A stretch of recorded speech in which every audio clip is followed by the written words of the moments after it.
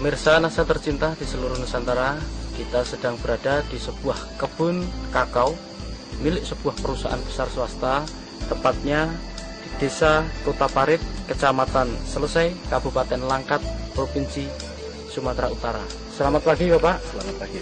Bisa Bapak perkenalkan nama dan alamat Bapak? Nama saya Budianto, alamat di perumahan kebun ini, dan yang tepatnya di Desa Kota Parit, Kecamatan Selesai, Kabupaten Langkat. Berapa luasan dari kebun ini Pak? Luas ini 370 hektar. Umurnya itu variasi antara 15 sampai 20 tahun, tapi yang banyak di 20 tahunnya. Jenisnya yang dipakai adalah jenis Cirolo dan Forastero. Sudah menggunakan produk NASA? Sudah. Apa saja Pak? Yang digunakan di sini adalah NASA sama Hormonic. Saya gunakan dengan spot. Untuk dosisnya?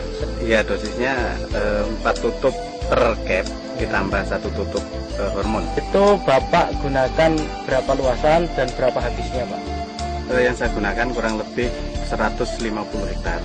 Nah, itu menggunakan 200 pasang per bulan. Kemudian untuk luasan 370 hektar ini sudah menggunakan produk NASA, itu berapa blok Pak? Saya coba sudah kurang lebih 60% dari luasan itu sudah menggunakan produk NASA. Tapi saya aplikasikan mulai bulan Januari tahun 2005. Untuk intervalnya Pak, interval pemupukan NASA yang Bapak lakukan untuk kebun ini, itu bagaimana Pak? Ya, jadi kita sesuaikan dengan tren produksi yang ada di Sumatera Utara. Itu tren produksi pada bulan Agustus sampai dengan bulan Maret, sehingga saya gunakan pas musim bunga di bulan Februari sama Maret untuk merangsang bunga di situ, dan aplikasi kedua nanti di bulan September Oktober ini untuk semester 1 tahun depannya. Selain pupuk dari NASA, Bapak masih juga menggunakan pupuk kimianya Pak ya? Masih. Biasanya itu dalam 1 tahun itu Bapak menggunakan untuk per pokok berapa Pak? Itu sesuai dengan rekomendasi. Kita memang melakukan rekomendasi tiap 2 tahun sekali. Jadi untuk urea itu 600 gram yang diaplikasikan 2 kali. SP sama KCL masing-masing 100 gram juga diaplikasikan setahun 2 kali. Kemudian kalau dilihat Pak ya, tanaman di sini jarak tanamnya berapa ini Pak? Ini memang bekas tanaman karet yang ditanamin di bawahnya dengan cara nanam biji atau yang dikenal dengan seed head stick. Jadi jaraknya itu variasi, ada yang 1-2, ada yang 2-4. Dengan kerapatan pohon, kalau yang tanaman rapat gini sampai 1.500.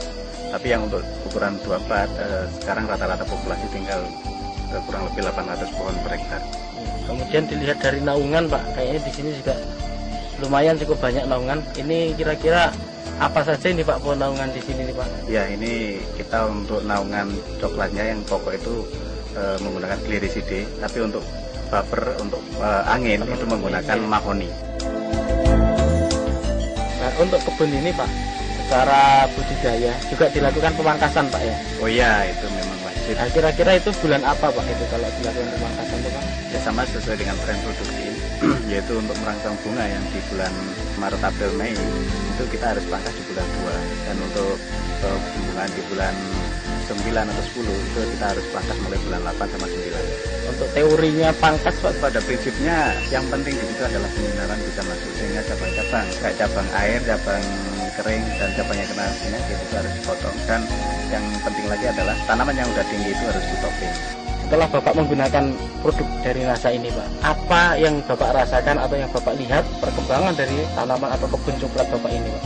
Dari segi pertumbuhan vegetatifnya dari daun memang dia cukup menggembirakan, yaitu cukup subur, dan dari bunga-bunga yang mentil yang muncul itu juga kenaikan produksi. Dari tahun sebelumnya itu ada kenaikan kurang lebih 20%. 20% ya Pak kenaikannya ya, iya, dari tahun lalu. Kemudian yang lain Pak, Bapak sudah menggunakan produk NASA dari pupuknya. Nah, kemudian untuk agensi hayatinya, Bapak sudah menggunakan belum Pak? Sudah kita coba beberapa blok untuk persiapan jangka panjang, tapi masih diamati untuk perkembangan tingkat serangan hama dan penyakit yang ada di sini. Jadi belum bisa Bapak sampaikan di sini ya? Belum.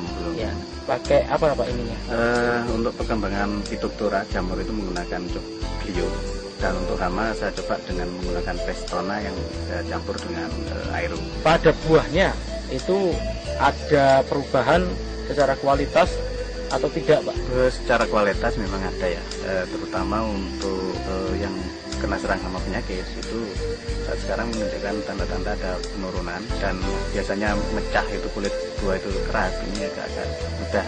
Dan yang menggembirakan lagi itu dari rendemen itu ada kenaikan, itu biasanya itu 33 sampai dengan 35, ini bisa ke 37-38%. Pemirsa Nasa, di sini Bapak Budianto selaku manajer di sebuah kebun kakao ini, beliau juga sebagai manajer di processing atau di pabrik dari pengolahan kakao. Bagaimana prosesnya kemudian sampai akhir termasuk dalam fermentasi dan rendemennya, Pak? Setelah buah dipanen dari lapangan itu siang hari atau sore hari tergantung dari siapnya panen, itu diangkut ke pabrik. Nah di sana buah kakao tadi langsung ditimbang berapa bobotnya dan langsung dimasukkan ke dalam kotak fermentasi. Di dalam kotak fermentasi kita fermentasi kurang lebih 4-5 hari dan dilakukan pembalikan sekali pada hari kedua, dan setelah itu dilakukan penyemuran dengan matahari itu kurang lebih 8-10 hari tergantung daripada cuaca. Dan setelah itu kalau biji sudah kering dimasukkan ke dalam gudang dan disortasi, yaitu untuk menentukan kualitas biji, untuk menentukan grade A atau B dan sebagainya, baru dilakukan pemakingan. Dari pemakingan itu sudah ada yang menerima, Pak, ya, ataupun ini sudah terikat kontrak atau demikian, Pak, ya? Ya betul, jadi ini sudah kontrak, tinggal menentukan jadwal kapan waktu pengirimannya. Ya, dalam sortasi, Pak, ya, kualitas dari biji kakao ini Bapak bisa jelaskan kualitas ABC-nya? Jadi untuk grade A itu yaitu di bawah 100 biji per 100 gram, 100 sampai dengan 110 itu masuk grade B, dan di atas 110 sampai ke atas itu masuk grade C, dan di atas 120 itu masuk grade C. Dari sini kami ingin Bapak menyampaikan pesan dan kesan untuk pemirsa Nasa di seluruh Nusantara. Jadi harapan saya untuk masyarakat di Indonesia tidak usah ragu lagi untuk menggunakan produk Nasa, karena sudah terbukti saya sendiri untuk di perkebunan ini dengan menggunakan produk Nasa ada optimalisasi produksi yang tadinya itu turun seiring dengan umur. Dengan menggunakan Nasa bisa optimal lagi sesuai dengan standar, sehingga ya termasuk di kebun kami ada kenaikan kurang lebih 20%. Demikianlah pemirsa Nasa tercinta di seluruh Nusantara, dengan penggunaan produk Nasa ternyata hasil dari kebun kakao milik perusahaan swasta ini berhasil meningkat dengan cukup luar biasa, yaitu peningkatan 20% dibandingkan sebelum menggunakan produk Nasa, dan secara kualitas baik itu rendemen maupun grade-nya pun dapat ditingkatkan, sehingga penggunaan produk Nasa ini mampu meningkatkan harga jual dari kakao. Demikian tim liputan Nasa dari Sumatera Utara, reporter Syahria Reza dan kameramen Adi Nugroho melaporkan. Salam Nasa.